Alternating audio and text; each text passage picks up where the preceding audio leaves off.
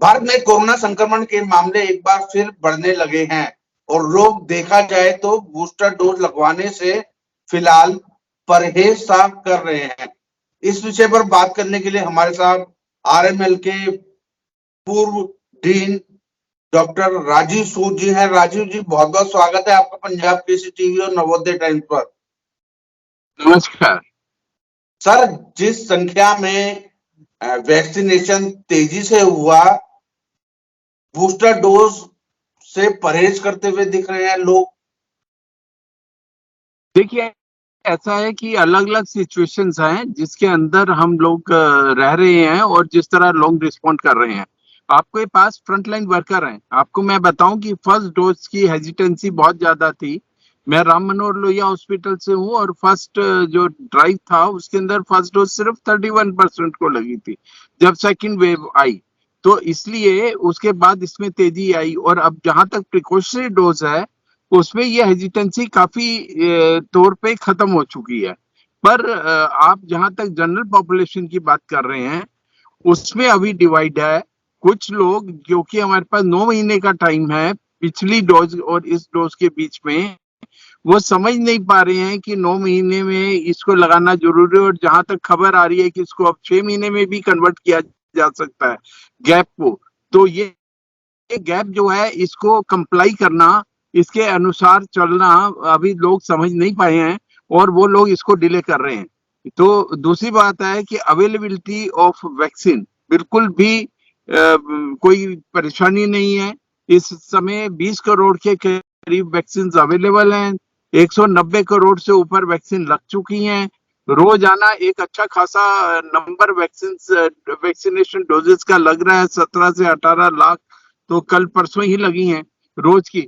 तो इस तरीके से जो हेजिटेंसी है थर्ड डोज की वो थोड़ी सी है, पर नंबर ऑफ केसेस क्योंकि बढ़ रहे हैं ये समय के साथ खत्म हो जाएगा और कोई भी इस टाइम जो स्केयर है फोर्थ वेव का उससे सफर नहीं होना चाहता।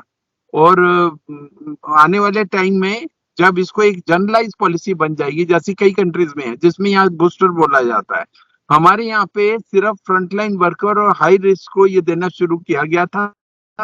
इस सबको यूनिफॉर्मली नहीं दिया था, इसलिए इसको प्रिकॉशनरी डोज बोला गया था। और अब आपका इंटरनेशनल ट्रेवल है उसके अंदर ये मैंडेटरी हो गया है और अब ये भी माना जा रहा है कि 9 महीने से भी इसको घटा के 6 महीने कर दिया जाएगा। हेजिटेंसी जनरल पॉपुलेशन में है, रूरल पॉपुलेशन में है, पर वो सोचते हैं कि हमको 2 डोज तो लग ही चुकी हैं, अब कर इसको लगाने की क्या जरूरत है। पर जैसे जैसे केसेस बढ़ेंगे ये हेजिटेंसी जरूर खत्म होगी। अवेयरनेस को दोबारा से एक ड्राइव करने की जरूरत है। सर, ये सवाल इसलिए उठ रहे हैं कि जिस तरीके से वैक्सीनेशन हमारा हुआ, बहुत तेजी से लोगों ने उस वैक्सीन लगवाई, उसको लेकर प्रचार प्रसार भी बहुत हुआ कि आप वैक्सीन लगाएं। उसके मुकाबले जो बूस्टर डोज के ऊपर प्रचार प्रसार है, क्या वो कम है या लोग लगवाना क्यों नहीं चाहते? देखिए, जो गवर्नमेंट ऑफ इंडिया की पॉलिसी थी वो ये थी कि हम इसको बूस्टर डोज ना बोले, प्रिकॉशनरी डोज बोले। इसलिए बहुत ज्यादा प्रचार प्रसार नहीं किया गया। ये ऑन डिमांड हो रहा था मैक्सिमम, और ऑन डिमांड जो लोग सुनकर लगवाना चाह रहे थे वो लोग ले रहे थे और प्रिकॉशनरी डोज के बात चल रही थी। इसके बारे में कोई ऐसा प्रचार नहीं है कि इसको आप एकदम लगाएं जो कि होना चाहिए। और अब वो समय आ गया है जब हम 12 से 15 साल के बच्चों को भी कवर कर लिया है। 15 से 18 साल आपको मालूम है पहले ही कवर हो चुके हैं। तो 96% लोगों को एटलीस्ट एक वैक्सीन लग चुकी है। तो जब हम ज्यादा से ज्यादा पॉपुलेशन को कवर करते जा रहे हैं, अब वो समय आ गया है कि प्रचार प्रसार दोबारा किया जाए और अब ये बोला जाए कि बूस्टर डोज लगाना, या जिसको हम इंडिया में प्रिकॉशनरी डोज बोलते हैं, वो लगाना बहुत फायदेमंद है और उससे कोरोना को से बचने में बहुत फायदा होगा। और मैं आपको बता चुका हूं कि इंटरनेशनल ट्रैवल के लिए आपको कंप्लीट सर्टिफिकेट के लिए कई कंट्रीज अब आपकी बूस्टर डोज मांग रही हैं, और इसलिए ये बहुत जरूरी है कि बूस्टर डोज लगाई जाए और ये भी जरूरी है समझना कौन सी लगाई जाए। जैसा आपने कोवैक्सीन या कोविशील्ड के अंदर तो सेम डोज लगा रहे हैं इंडिया के अंदर, जबकि कुछ इंटरनेशनल स्टडीज बता चुकी हैं अगर डिफरेंट लगाएं तो उसमें फायदा ज्यादा होगा। पर अभी तक रूल्स यही कहते हैं, गाइडलाइंस यही कहती हैं कि सेम वैक्सीन को रिपीट किया जाएगा। और जहां तक स्पुतनिक की बात है, जो स्पुतनिक रशियन वैक्सीन थी, उसका जो फर्स्ट और सेकंड डोज है वो डिफरेंट है थोड़ी। तो स्पुतनिक 5 जो है उसके बाद अभी उसके अंदर जो दूसरी अवेलेबल स्पुतनिक है उसको लगाने की परमिशन है, और जो प्राइवेट में भी जिन्होंने लगवाया है और वो भी लगवाई जा सकती है। हमको ठीक से अवेयरनेस को कंसंट्रेट करना पड़ेगा और इस अवेयरनेस के साथ लोगों को मोटिवेट करना पड़ेगा कि जिनके 6 से 9 महीने हो चुके हैं उनकी एंटीबॉडीज कम होने का खतरा है, और उनको प्रिकॉशंस की तरफ से ये मैंडेटरी अभी प्रूव नहीं हुआ है पर प्रिकॉशनरी डोज लगवानी जरूरी है। सर, बूस्टर डोज लगवाने के अगर आप हमें कुछ फायदे बता सकें, क्योंकि लोग देखेंगे, हो सकता है कि इससे ही वो बूस्टर डोज लगवाने जाए इंटरव्यू देख के आपका, इसलिए उसके फायदे क्या क्या हैं? देखिए वैक्सीन है क्या, वैक्सीन है एंटीजन, एंटीजन वायरस भी एंटीजन है। ये ऐसी एक चीज है जिसको हम जब अपनी बॉडी में डालते हैं तो उसके अगेंस्ट एंटीबॉडीज या प्रोटेक्शन करने वाली जो हमारी प्रोटीन्स हैं वो बनती हैं।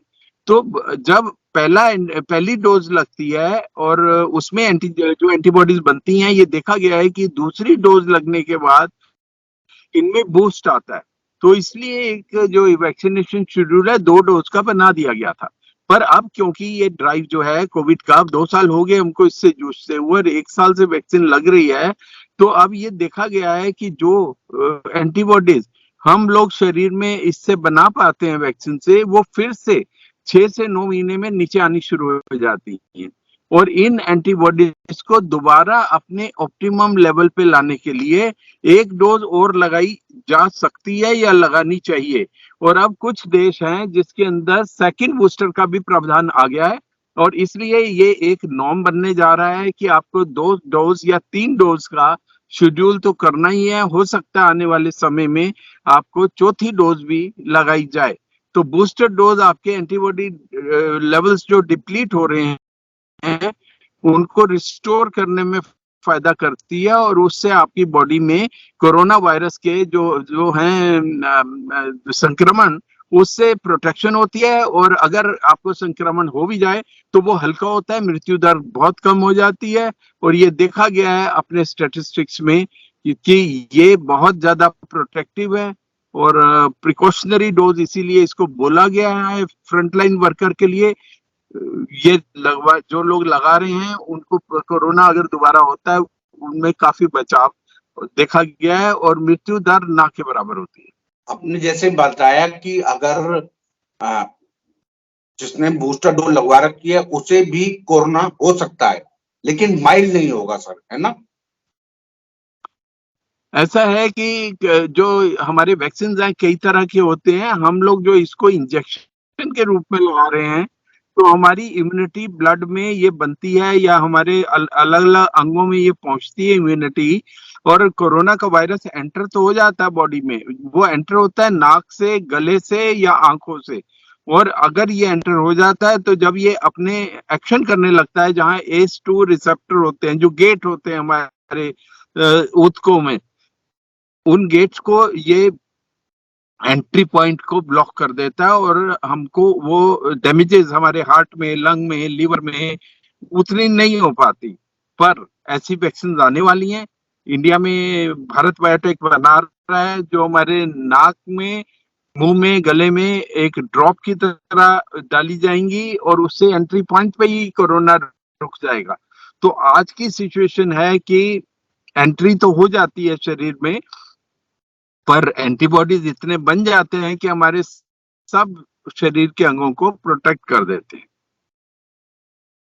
सर, एक चीज को लेकर और असमंजस की स्थिति है, क्या इसे 9 महीने बाद लगवाएं दूसरी वैक्सीन के या 6 महीने बाद?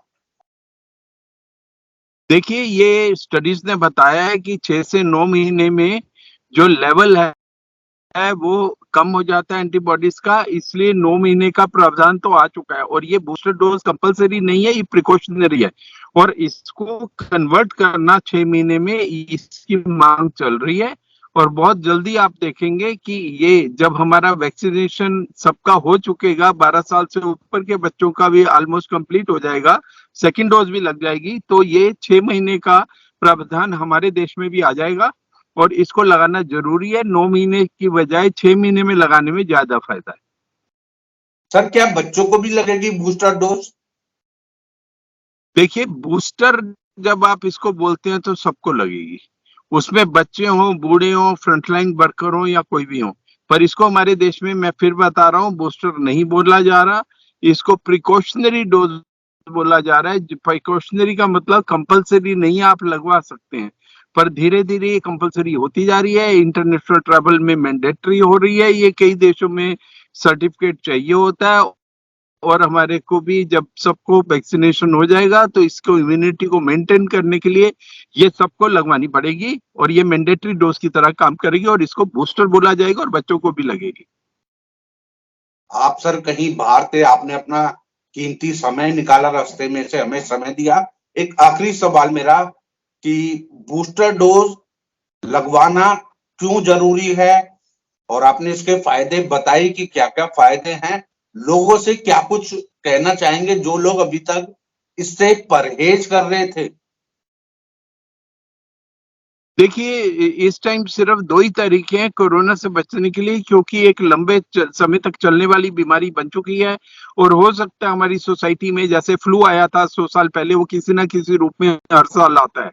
कोरोना जो है वो पूरे साल कभी भी आ सकता है, ठंडे मौसम में, गर्म मौसम में, ह्यूमिड मौसम में, गर्म देश में, ठंडे देश में, सब जगह है, तो ये ज्यादा खतरनाक है।